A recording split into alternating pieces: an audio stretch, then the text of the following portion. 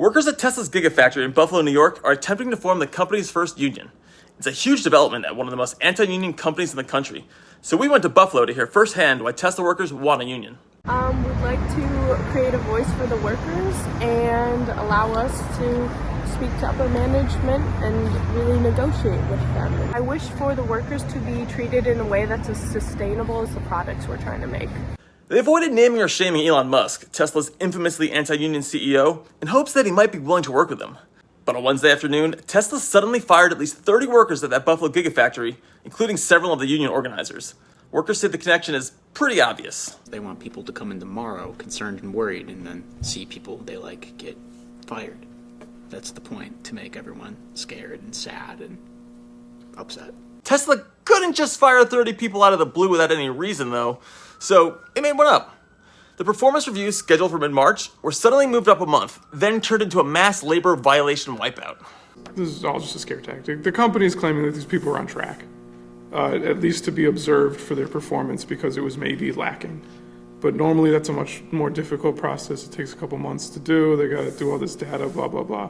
But they did it today because of the union went public yesterday. Everybody was sitting ducks in a way. Like you were just working and then someone would leave to go in a meeting with a supervisor and then would just be, given a box. And there was a lot of people just like, especially on that second break after they were doing it, there was a lot of people like crying all over the building. And the woman from HR just keeps packing up boxes to give to people. And there's like a creepy amount of boxes still on her desk.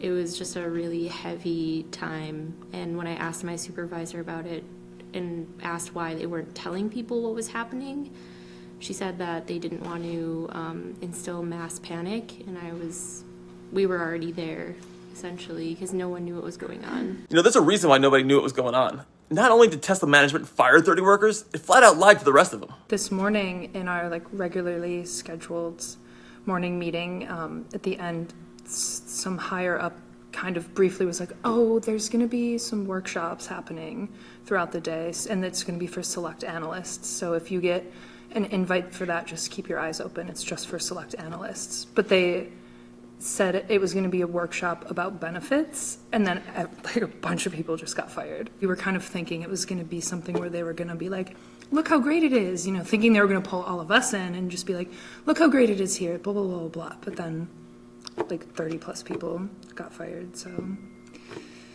it's, kind of fucked up. Tesla Workers United has already submitted charges to the National Labor Relations Board, which must set some kind of union busting record. But instead of scaring off the workers, Elon Musk and Tesla have just galvanized them. There were a couple people on the union committee that were fired, and then there was a couple people that were fired that have now joined the union committee because there's a possibility the union's going to get their job. These people are going to get their jobs back because of the union. I think that we need to do all the workers who got fired justice and fight for not only them, but also for workers in the future so that this never happens again on this level.